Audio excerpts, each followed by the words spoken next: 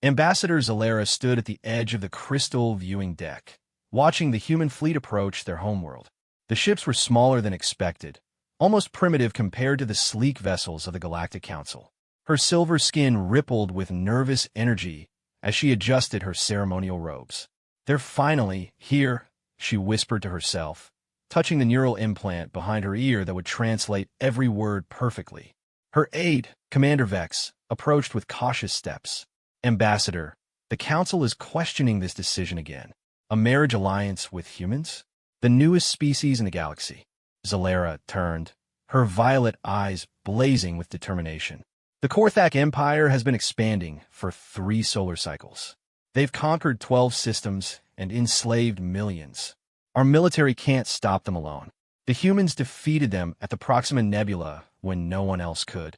But the stories about humans," Vex said, his voice dropping to a whisper, "the things they're capable of.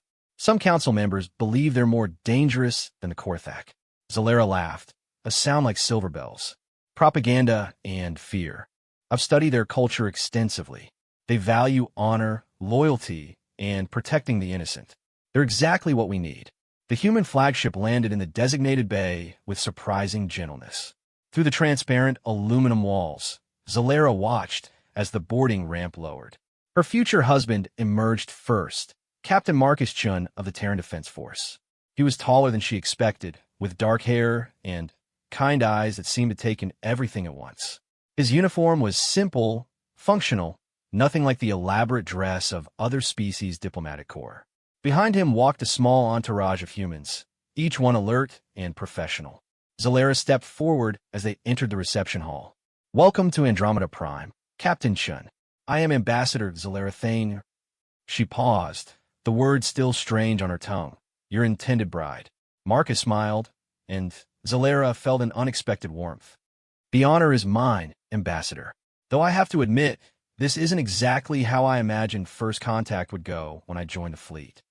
"Nor I," Zalera replied. "But desperate times call for creative solutions." The formal ceremonies began immediately. The Andromedan Council, a gathering of the galaxy's most powerful species, assembled in their grand chamber. Zalera had spent months convincing them that a marriage alliance would cement human cooperation in the war effort. Chancellor Krenon of the High Council stood at the podium, his crystalline form catching the chamber's ambient light. "We gather today to witness an unprecedented union. The Andromedan Confederacy and the Terran Defense Force, bound by marriage, united against our common enemy." As the ceremony progressed, Zalera found herself studying Marcus more closely. He carried himself with quiet confidence, but she noticed how his eyes constantly scanned the room, how his hand rested near his sidearm. Not threatening, just ready. His crew did the same. During the reception, she learned more about human culture. They spoke of their homeworld, Earth, with such passion it made her heart ache. They told stories of vast oceans, towering mountains, and billions of humans working together despite their differences. "Your species seems very emotional," she observed to Marcus as they walked through her private gardens. "We are," he agreed. "We love deeply, grieve deeply, fight for what we believe in. Is that not common in the galaxy?" Zalera considered this. Most species suppress strong emotions. They believe it leads to poor decisions, violence, chaos. "Maybe," Marcus said, stopping beside a flowering tree. "But it also leads to hope, courage, and the willingness to sacrifice everything for those you love." That night, alone in her chambers, Zalera reviewed the intelligence reports about humans. They were a young species, barely space-worthy for 50 years. Yet in that time, they had established colonies on a dozen worlds, created advanced technology, and somehow defeated the Korthak Empire's most feared battle fleet. The reports also contained disturbing elements. Humans were apparently capable of extreme violence when threatened. They had a concept called total war that seemed to horrify other species. Several first contact reports mentioned human unpredictability and their tendency to ignore established galactic protocols. But as she drifted off to sleep, Zalera found herself thinking not of the reports, but of Marcus's gentle smile and the way he spoke about protecting innocent people. Tomorrow, They would be married in a ceremony broadcast across the galaxy. The war would finally turn in their favor. She had no idea that she was about to discover why most civilizations considered humans the most dangerous species in the known universe. The wedding ceremony was magnificent. Representatives from hundreds of worlds gathered to witness the historic moment. Zalera wore traditional Andromedan wedding robes that shimmered with embedded lights, while Marcus wore his dress uniform with simple elegance. As they exchanged vows, translated into dozens of languages simultaneously, Zalera felt genuine affection growing for this human who had agreed to marry a complete stranger to help save her people. The kiss they shared was broadcast to trillions of beings across the galaxy. But during the celebration that followed, an urgent message arrived that would change everything. A young communications officer rushed to Marcus's side, whispering frantically in his ear. Zalera watched her new husband's face transform from joy to cold fury in seconds. "What is it?" she asked. Marcus stood slowly, his voice carrying across the suddenly quiet reception hall. The Korthak Empire has just launched a surprise attack on the human colony of New Geneva. 2 million civilians, including children and families. The chamber erupted in concerned murmurs. Chancellor Krenon stepped forward. "Captain Shun, we understand your concern, but surely the colony's defenses—" "The colony had no military defenses," Marcus interrupted, his voice deadly quiet. "It was a farming world. Families trying to build a new life." Zalera reached for his hand, feeling the tension radiating from him. "Marcus, we can send a rescue fleet. The Alliance's protocols—" "No," Marcus said, and something in his tone made every being in the room step back. "This requires a human response." Later that evening, as the festivities wound down, Zalera found Marcus standing alone on her balcony, staring up at the stars. His entire demeanor had changed. The gentle, diplomatic human from earlier was gone, replaced by something harder, colder. "I've never seen you like this," she said softly. "You've only known me for 2 days," Marcus replied without turning. "And until now, no one had murdered 2 million of my people. The Alliance will respond. We have procedures, diplomatic channels." Marcus finally turned to face her, and Zalera gasped. His eyes held something she had never seen before, a depth of cold rage that seemed to burn without flame. "Zalera, there's something about humans that the galaxy doesn't understand. Something we try to hide because it scares people." "What do you mean?" "Every other species in the galaxy evolved with natural predators. You learn to run, to hide, to think your way out of danger. Humans are different. We evolved as the predators. And when something threatens our pack..." His voice trailed off as he looked back at the stars. "Marcus, you're frightening me." He immediately softened, taking her hands in his. "I'm sorry. I never wanted you to see this side of us. But if we're truly married, truly partners, you need to understand what you've allied with." "I don't understand." Marcus was quiet for a long moment. "Tomorrow, you'll see why most species consider humans taboo. Why they welcome our help, but fear our methods. Why the Korthak should have left our families alone." That night, Zalera lay awake beside her new husband, listening to him speak quietly into his communication device in languages she didn't recognize. She heard terms that chilled her blood: scorched earth, total war, no quarter given. As dawn broke over Andromeda Prime, she began to realize that her marriage might not end the war as she hoped. Instead, it might unleash something far more terrifying than anything the galaxy had ever witnessed. In the distance, more human ships began arriving in the system. But these weren't diplomatic vessels or standard military craft. These were ships designed for one purpose only: the complete destruction of their enemies. Zalera had thought she was marrying a protector. As she watched the cold efficiency with which the humans prepared their response, she began to wonder if she had instead unleashed the galaxy's greatest nightmare. The War Council meeting the next morning shattered every assumption Zalera had about human nature. She sat beside Marcus in the Alliance's strategic center, watching in growing horror as humans calmly discussed plans that made the alien generals shift uncomfortably in their seats. Admiral Sarah Kane, Marcus's superior, stood at the holographic display showing the Korthak Empire's territory. She was a small woman with gray hair and grandmother's eyes, but when she spoke, even the massive Regelian war chiefs fell silent. "Ladies and gentlemen," Admiral Kane began, her voice conversational.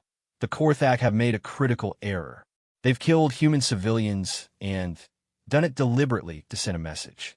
Chancellor Krenon leaned forward. Admiral, we understand your anger, but we must follow established warfare protocols. Perhaps economic sanctions? No. Kane interrupted softly. You don't understand. We try to play by galactic rules. We try to be civilized. They just taught us that doesn't work. The hologram shifted to show fleet movements. General Thox, the Alliance's military leader, studied the display with confusion. These human ship positions make no strategic sense. You're spreading your forces too thin, leaving your own colonies vulnerable. Marcus stood, his voice eerily calm. General, you're still thinking like prey. We're not defending territory. We're hunting. Zalera watched in fascination and growing dread as the humans outlined their strategy. Instead of the cautious, defensive tactics preferred by other species, they proposed something unthinkable: simultaneous attacks on every major Korthak military installation, supply depot, and command center across their entire empire. This is madness, General Thox declared. You cannot attack 17 systems at once with only 200 ships. Admiral Kane smiled, and Zalera felt a chill run down her spine. General, you've been fighting the Korthak for 3 years. How many of their worlds have you successfully attacked? None, Thox admitted reluctantly. Their defenses are too strong, their fleets too large. That's because you've been trying to win cleanly, Kane replied.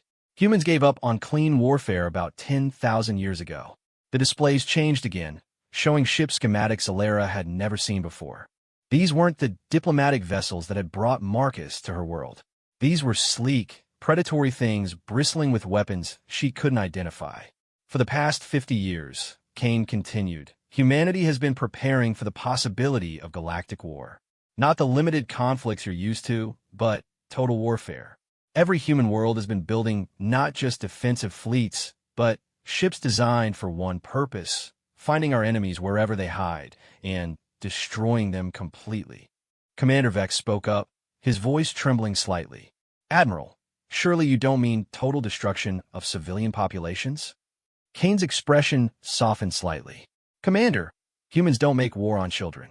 But we will destroy every military asset, every government facility, every piece of infrastructure that supports their war machine.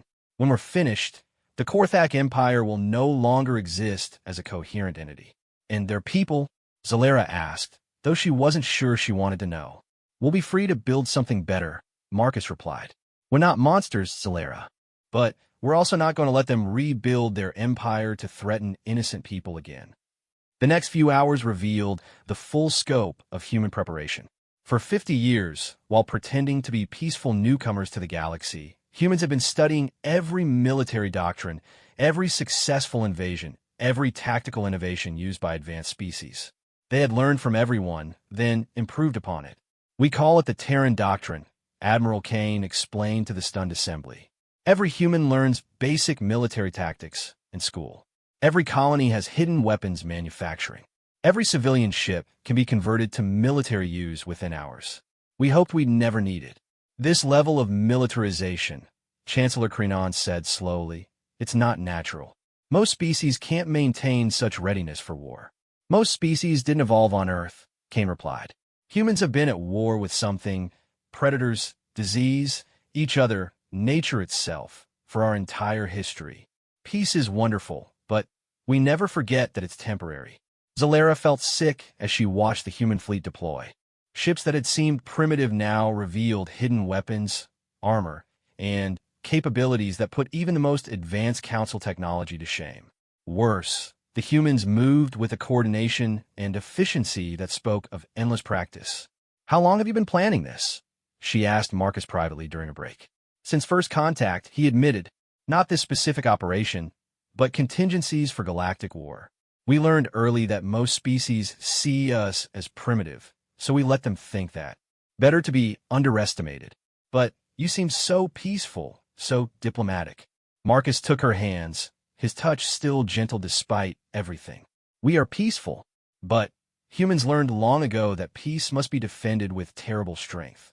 Every human child learns the old saying, if you want peace, prepare for war.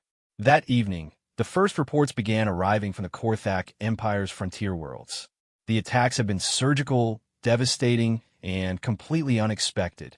17 military installations have been destroyed simultaneously by human forces that appeared out of nowhere, struck with overwhelming force, and vanished before reinforcements could arrive.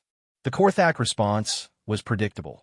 They sent their entire fleet to retaliate against human colonies, expecting to find them defended by the small diplomatic forces they'd observed. Instead, they found worlds that had transformed overnight into fortified military bases manned by populations that had been training for this moment their entire lives. "My God," General Thox whispered as he watched the tactical displays. "Every human world is a fortress. Every civilian is a soldier." "Not soldiers," Kane corrected. "Humans defending their families. There's a difference." The difference became apparent over the following days. Korthak forces, accustomed to fighting professional military units with rules of engagement, found themselves facing an entire species that seemed to exist in a state of controlled fury. Human civilians evacuated their own cities, then used the empty buildings as elaborate traps. Miners turned their equipment into weapons. Farmers poisoned their own crops rather than let enemies use them. This is not how civilized beings conduct warfare. Chancellor Krenon protested after watching footage of a human mining colony that had collapsed their entire underground city rather than let it be captured. "You're right," Marcus agreed. "This is how humans conduct warfare. We don't fight for territory or resources. We fight for the right to exist, and we'd rather die free than live as slaves." But the most chilling moment came when Admiral Kane showed them classified footage from Earth's history. Images of their world wars, their civil conflicts, their species' long climb from primitive savagery to spaceflight. "Every human alive today is descended from survivors," Kane explained quietly. "Survivors of ice ages, plagues, wars that killed hundreds of millions. We carry the genetic memory of what it takes to endure. Other species see us as young and naive because we've only been in space 50 years. But we've been preparing for war for 50,000 years." Zalera finally understood why her marriage alliance had alarmed so many council members. It wasn't that humans were evil or inherently violent. It was that they were the only species in the galaxy that remembered what it meant to face extinction and refused to accept it. As reports continued arriving of human forces systematically dismantling the Korthak Empire's military infrastructure, she realized that her wedding hadn't ended the war as she'd hoped. It had simply enlisted the galaxy's most effective killers as allies instead of enemies. The thought should have terrified her. Instead, watching Marcus coordinate relief efforts for New Geneva survivors with the same cold efficiency he used to plan military operations, Zalera felt something unexpected: pity for the Korthak Empire. They had awakened something that should have been left sleeping. Now, they would learn why humans were taboo. Not because they were monsters, but because they were the universe's most efficient predators, pretending to be herbivores. And they had just decided to stop pretending. 3 weeks into what humans had begun calling the Korthak Reckoning, Zalera stood in the Alliance Command Center, watching the impossible unfold before her eyes. The holographic display showed the systematic collapse of an empire that had dominated this sector of the galaxy for over 200 years. "Ow!" General Thox asked for the 100th time, staring at the tactical readouts. "How are they doing this?" Admiral Kane pointed to the display where 17 more Korthak installations had gone dark in the past 24 hours. "General, you've been thinking of this as a war between fleets. Humans don't fight fleet actions unless we have to. We fight like we evolved to fight, as pack hunters." The comparison made Zalera's skin crawl. She had studied Earth's ecosystem and knew that pack hunters were among the most efficient killers in nature. They didn't rely on strength or size, but on coordination, intelligence, and relentless pursuit of their prey. Commander Vex pulled up intelligence reports that made the assembled aliens shift uncomfortably. "The Korthak are reporting ghost attacks. Human ships appearing from nowhere, striking critical targets, then vanishing. They can't predict where the next attack will come from. That's because we're not attacking strategically," Marcus explained, his voice matter of fact. "We're attacking psychologically. Every human fleet captain has been given a list of targets and told to use their own judgment about when and how to strike. No central planning, no predictable patterns. That's chaos, Chancellor Krenon protested. How do you coordinate without central command? Admiral Kane smiled that grandmother smile that no longer looked comforting to Zalera. You don't coordinate. You trust. Every human commander knows the mission. Destroy the Korthak Empire's ability to make war. How they do it is up to them. The results were unlike anything in recorded galactic military history. Korthak forces would mass to defend a critical world, only to discover that humans had attacked 3 different targets in completely different sectors. They would finally locate a human fleet, only to find it was a decoy, while the real attack came from an entirely unexpected direction. It's like fighting smoke, General Thox muttered. How do you defeat an enemy that won't stand and fight? You don't, Kane replied simply. That's the point. But what truly disturbed the Alliance observers was how humans had adapted their tactics to each specific target. At military installations, they struck with overwhelming force and left nothing functional. At supply depots, they sometimes merely contaminated food supplies with harmless but foul-tasting compounds, creating logistical nightmares. At communication hubs, they would infiltrate rather than destroy, feeding false information into Korthak networks. They're playing with them, Zalera realized with growing horror. This isn't just warfare, it's psychological torture. Marcus looked at her with those kind eyes that now seemed to hold depths of calculated cruelty. The Korthak understand strength. They respect fear. So we're teaching them both. The lesson became clear when intercepted Korthak communications began showing signs of paranoia and panic. Military commanders were questioning orders. Supply officers were refusing to transport materials, convinced they would be attacked. Some outer worlds were declaring independence rather than wait for human retaliation. Their empire is collapsing from within, Commander Vex observed. How did humans know this would happen? Because we've done it before, Kane answered. Human history is full of empires that seemed invincible until someone figured out how to make them afraid of their own shadows. We studied them all. The broadcast from Korthak space became increasingly desperate. Emperor Vrak himself appeared on public channels, promising victory while standing in what was obviously a heavily fortified bunker. His military leaders spoke of human demons that could strike anywhere, anytime. They're making humans into monsters in their own propaganda, Zalera noted. Good, Marcus replied coldly. Fear is a weapon, and we're not too proud to use it. But the most chilling development came when human forces began demonstrating capabilities that no one in the Alliance had suspected. Ships that could mimic the signatures of other vessels. Soldiers who could infiltrate alien installations by perfectly copying local biometric patterns. Weapons that could turn a planet's own defense systems against it. Where did you learn these techniques? Chancellor Krenon demanded during one particularly disturbing briefing about human infiltrators who had convinced an entire Korthak garrison to evacuate their posts. Earth has over 7 billion people and 200 different nations, Kane explained. We've had to develop ways to fight enemies who look like us, think like us, and know our tactics as well as we do. Fighting aliens is actually easier. You're all so different that our deception techniques work even better. The truth slowly emerged through these briefings. Humans hadn't just been preparing for galactic war. They had been studying every species in the Alliance, learning their weaknesses, their fears, their tactical preferences.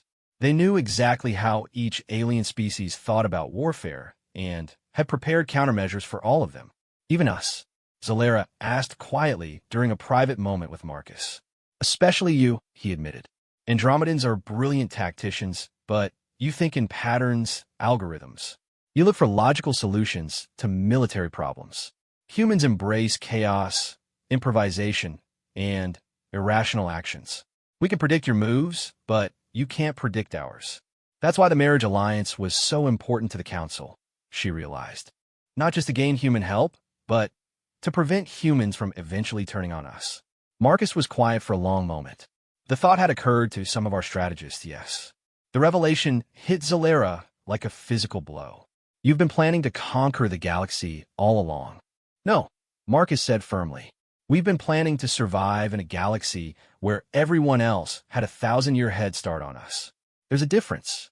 But as she watched human forces systematically dismantle Korthak civilization, Zalera wondered if there really was a difference. Humans claimed they fought only to defend themselves and innocent people, but their methods were so overwhelming, so comprehensive, that the result looked like conquest regardless of motivation. The turning point came when Emperor Vrak attempted to negotiate a ceasefire. His representatives arrived at Alliance headquarters under flags of truce, clearly expecting the traditional galactic protocols of limited warfare and negotiated settlements. Instead, they met Admiral Kane in a sparse conference room with only a simple table and chairs. Emperor Vrak wishes to discuss terms for ending hostilities, the lead Korthak diplomat announced. No, Kane replied simply. I am sorry. No terms. No negotiation. No cessation of hostilities. You have 48 hours to surrender unconditionally, or we will proceed to Phase 2 of our operation. The Korthak diplomats' facial tentacles writhed with confusion. Phase 2? But you've already crippled our military capabilities. What more could you possibly? Kane activated a holographic display that showed the human fleet positions. For the first time since the war began, she revealed their true numbers. What the Alliance had thought was the entire human military force turned out to be less than 10% of their actual strength. Phase 1 was dismantling your ability to make war, Kane explained calmly. Phase 2 is dismantling your civilization. We will systematically destroy every piece of technology above Stone Age level in your empire until your people are forced to rebuild from scratch. But this time, they'll rebuild as free beings instead of subjects of an imperial dictatorship. The threat was so monstrous, so completely outside normal galactic warfare, that the Korthak diplomat simply stared in shock. You're bluffing, he finally whispered. Kane leaned forward slightly. Human history includes several examples of civilizations that forced us to make this choice. Would you like to see what happened to them? As the Korthak delegation was escorted away in stunned silence, Zalera finally understood why humans were truly taboo. It wasn't their violence, or their weapons, or their tactical innovations. It was their absolute refusal to accept any outcome except total victory when their survival was threatened. Every other species in the galaxy fought wars to achieve specific goals: territory, resources, political advantage. Humans fought wars to eliminate threats permanently, regardless of the cost to themselves or their enemies. Watching her husband coordinate preparations for Phase 2 with the same gentle manner he used when talking to children, Zalera realized that her marriage might have prevented one catastrophe by unleashing another. Humans weren't monsters, but they were something potentially worse. Ethical killers who genuinely believed they were doing the right thing. The Korthak Empire's unconditional surrender came 36 hours before the human deadline. Emperor Vrak's final transmission was broadcasted across the galaxy, and Zalera watched it with a mixture of relief and growing dread. To all beings of the galaxy, Vrak's voice cracked as he spoke, his once proud form hunched in defeat. The Korthak Empire formally surrenders to the human forces and their alliance. We yield completely to their terms. The celebration that followed should have been joyous. 3 years of brutal warfare had ended in total victory for the alliance. Instead, Zalera found herself in the uncomfortable position of watching her fellow council members eye the human delegation with barely concealed fear. 47 days, General Thox said quietly during the victory ceremony. They dismantled a 200-year-old empire in 47 days. Without losing a single human colony, Commander Vex added, his voice hollow. They protected every civilian while simultaneously conducting offensive operations across 17 star systems. Admiral Kane accepted the Alliance's highest military honor with the same grandmother smile that had become so terrifying to their enemies. In her brief speech, she said something that would be quoted across the galaxy for generations. Peace is not the absence of conflict. Peace is the presence of overwhelming deterrence. But it was what happened after the surrender that truly revealed the alien nature of human warfare. Instead of the occupation and reconstruction that every species expected, humans did something unprecedented. They left. I don't understand, Chancellor Krenon said during the post-war briefing. You've won total victory. Why aren't you claiming the Korthak territories? Marcus, now wearing the insignia of an admiral thanks to his wartime service, looked genuinely confused by the question. Why would we want their territories? We never fought for conquest. We fought to stop a threat. But the resources, the strategic advantage, the expanded colonies. We have enough resources. Our current colonies are still growing.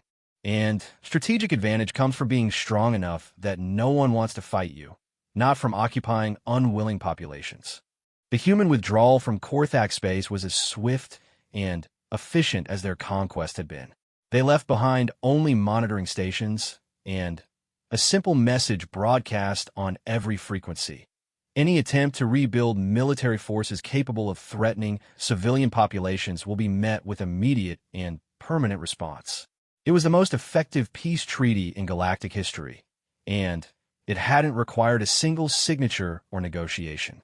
But the real shock came when human forces returned to their previous positions, and Admiral Kane requested a private meeting with the Alliance High Council. Members of the Council, she began, standing alone before the most powerful beings in the galaxy, humanity formally requests permission to withdraw from active participation in galactic affairs. The chamber erupted in chaos. After displaying military capabilities that dwarfed every other species combined, humans wanted to go home? This makes no sense. Chancellor Krenon protested once order was restored. You've proven yourselves the dominant military power in the galaxy. Why withdraw? Kane's expression grew sad, and for the first time, Zalera saw genuine regret in the Admiral's eyes. Because we've also proven ourselves the most dangerous. Look around this chamber. 3 months ago, we were the newest members of the galactic community. Now every one of you is afraid of us. That's not true, General Thok said, but his denial was clearly false. General, your military reports now classify humans as a Class Omega threat, the only species ever given that designation. Ambassador Zalera's marriage to Admiral Chun was supposed to create alliance, but instead it's created suspicion that humans are infiltrating council governments.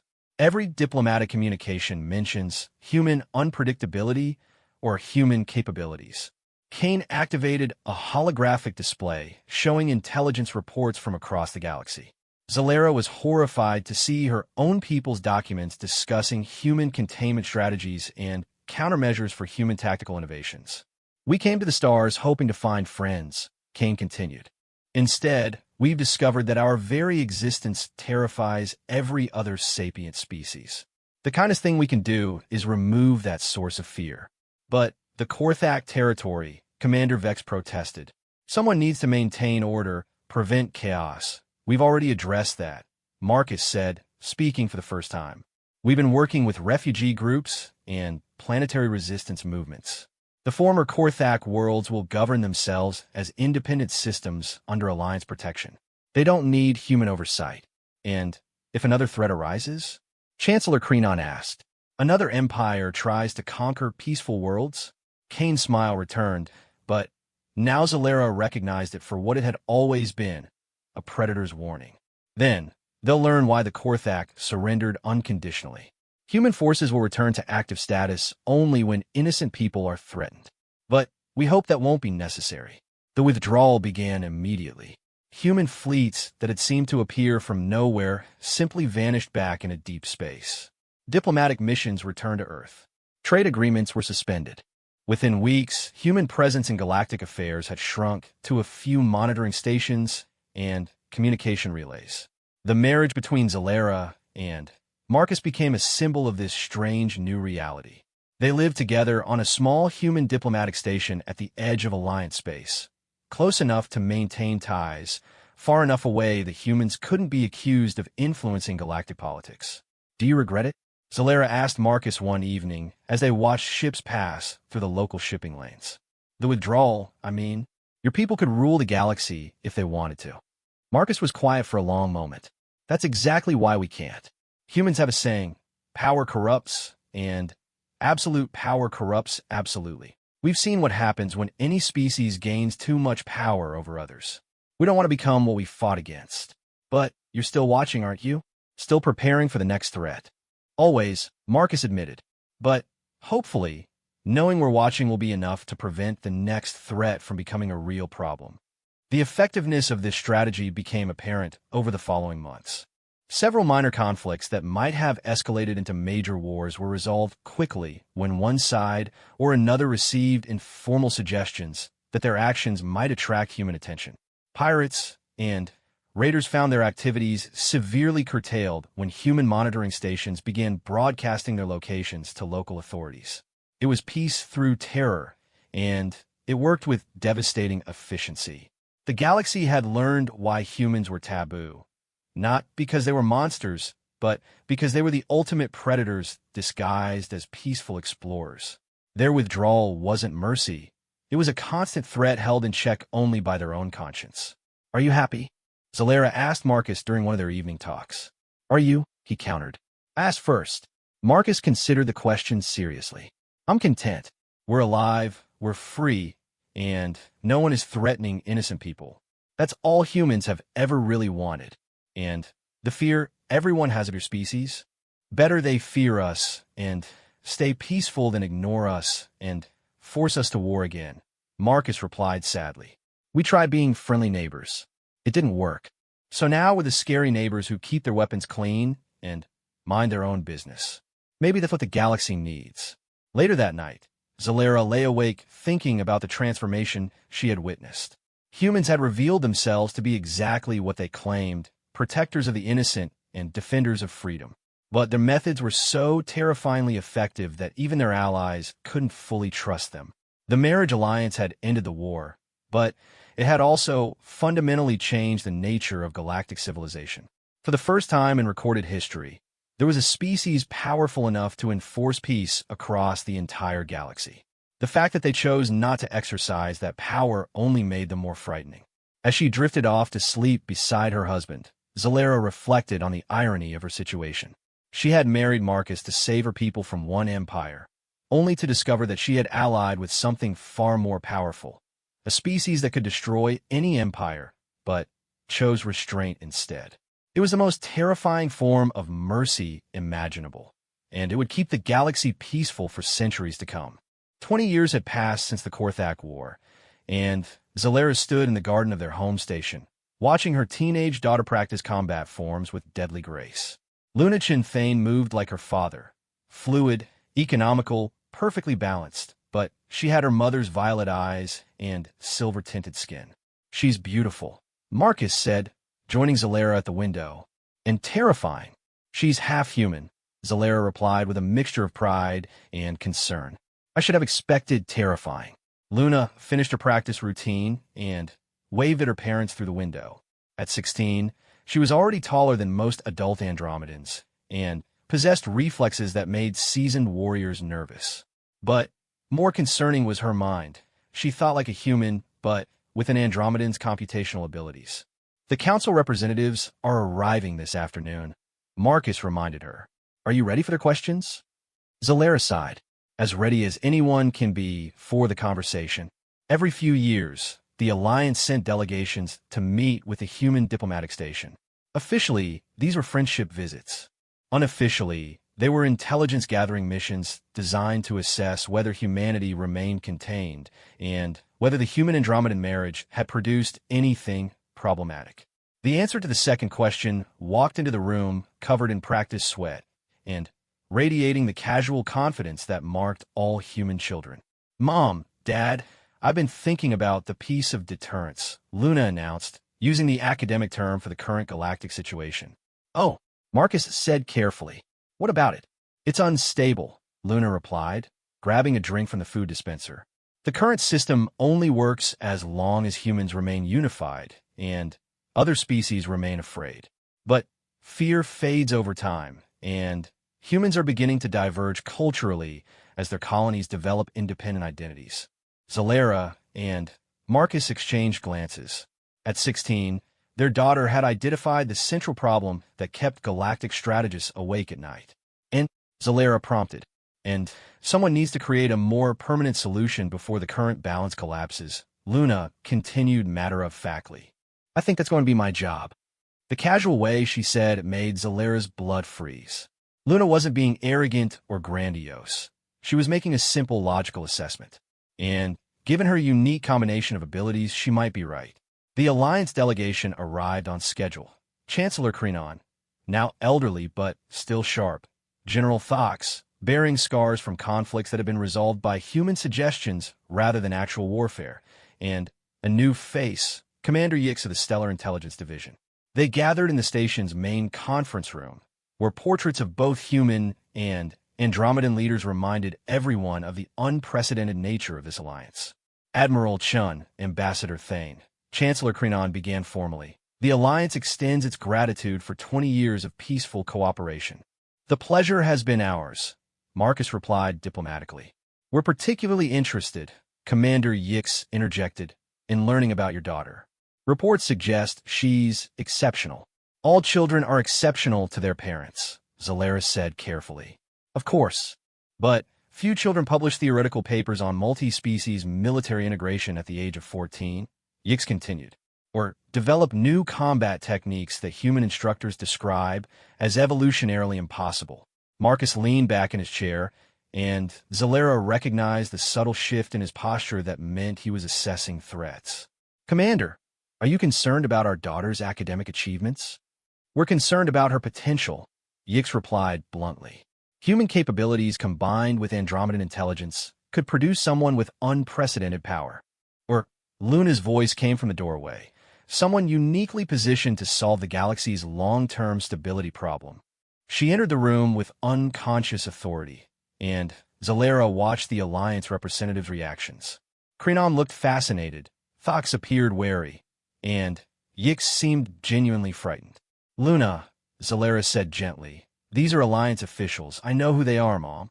Chancellor Krenon authored the Treaty of Stellar Rights. General Thox led the defense of Rigel Prime, and Commander Yix is here to determine whether I'm a threat to galactic stability. Luna smiled at the delegates with Marcus's disarming warmth. The answer is yes, but not in the way you think. Young lady, General Thox began. Please, let me explain. Luna interrupted politely but firmly. The current piece of deterrence is failing. Human colonies are developing different cultural values.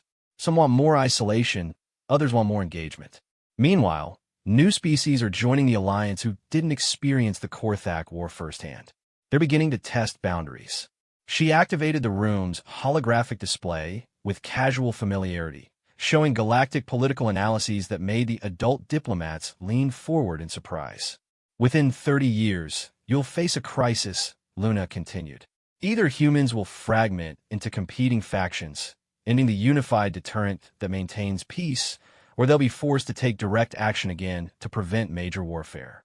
Both outcomes are catastrophic. And you propose what solution? Commander Yix asked, his voice tight. Luna's smile reminded Zalera powerfully of Admiral Kane's grandmother expression. A new model. Instead of peace through fear, peace through integration. Hybrid populations like myself, raised with both human and alien cultures, serving as bridges between species. Hybrid populations, Chancellor Krenon repeated slowly. You're talking about intermarriage on a massive scale. I'm talking about evolution, Luna corrected. Natural selection for beings who can think like multiple species, who understand different cultural values intuitively, who can't be easily categorized as us versus them. General Thox shifted uncomfortably. That would fundamentally alter every species involved. Yes, Luna agreed cheerfully. That's the point. You can't solve interspecies conflict by keeping species separate. You solve it by creating people who belong to multiple species simultaneously. The room fell silent as the implications sank in. Luna wasn't just proposing cultural exchange or diplomatic solutions. She was suggesting the gradual biological and cultural integration of the galaxy's sapient species. The logistics alone, Commander Yix began, are complicated, but not impossible, Luna finished. I've been running projections since I was 12. Start with voluntary programs, offer incentives for mixed marriages and integrated communities. Within 3 generations, you'll have significant populations who identify as galactic citizens rather than species nationals. And if people refuse to participate, General Thox asked. Luna's expression grew serious, and, for the first time, she looked fully human. Then, they'll become irrelevant. Integrated populations will have massive advantages in trade, technology, and cultural development. Pure species communities will either adapt or find themselves left behind by history. Marcus spoke up quietly. Luna, you're talking about the voluntary extinction of distinct species. I'm talking about the voluntary evolution of distinct species into something better, Luna corrected. Dad, humans spent most of their history as separate tribes fighting each other. You became stronger when you integrated those tribes into larger civilizations. This is the same process on a galactic scale. The Alliance delegation exchanged glances full of implications that Zalera didn't want to contemplate. They were clearly thinking about the mechanics of implementing such a plan, which meant they were taking it seriously. The Alliance would need to consider such proposals very carefully, Chancellor Krenon said diplomatically. Of course, Luna agreed. But while you're considering, I'll be building. I've already identified 12 other hybrid individuals across the galaxy. We're planning to establish the first integrated colony next year. Without Alliance approval, Commander Yix demanded. The colony will be in unclaimed space, following all established laws, Luna replied calmly. But, yes, without approval. History is made by people who act, not people who wait for permission. After the delegation departed, clearly shaken by what they'd learned, Zalera sat with her family in their private quarters. The evening meal was quiet, each of them lost in their own thoughts. Do you really think it will work? Zalera finally asked her daughter. I think it's the only thing that can work, Luna replied. The alternative is either permanent segregation with recurring wars or human domination of the galaxy. Neither option is acceptable. And if you're wrong? Marcus asked. If forced integration creates more conflict instead of less. Luna was quiet for a moment, and when she spoke, her voice carried the weight of inherited responsibility. Then, I'll deal with the consequences. That's what our family does, isn't it? We solve problems that threaten innocent people. Later that night, Zalera stood again at their garden window, watching the stars.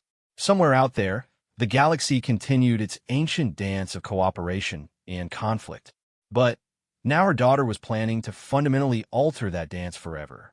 Second thoughts? Marcus asked, joining her. Every day, Zalera admitted. We created something new when we had Luna. Something that's never existed before.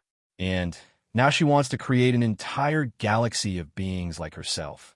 Terrifying, Marcus agreed. But also hopeful, Zalera added. If anyone can build a better future for the galaxy, it's someone who sees all species as equally valuable parts of a larger whole. Marcus nodded, putting his arm around his wife as they watched their daughter's future unfold among the distant stars. The girl who had been born from Marriage Alliance was now planning to transform the galaxy itself. The irony wasn't lost on either of them. Zalera had married Marcus to end a war, only to discover that humans were the galaxy's greatest predators. Now, their daughter planned to end all wars by making everyone part human. Perhaps, Zalera thought, that was exactly what the galaxy needed. Not human dominance, but human integration. Not the strength to destroy enemies, but the wisdom to transform them into family. Time would tell whether Luna's vision would create paradise or catastrophe. But as Zalera watched her daughter plan the future with the same methodical precision her father had used to dismantle an empire, she suspected the galaxy was about to discover what happened when human determination was guided by Andromedan wisdom. The universe was about to evolve, whether it wanted to or not.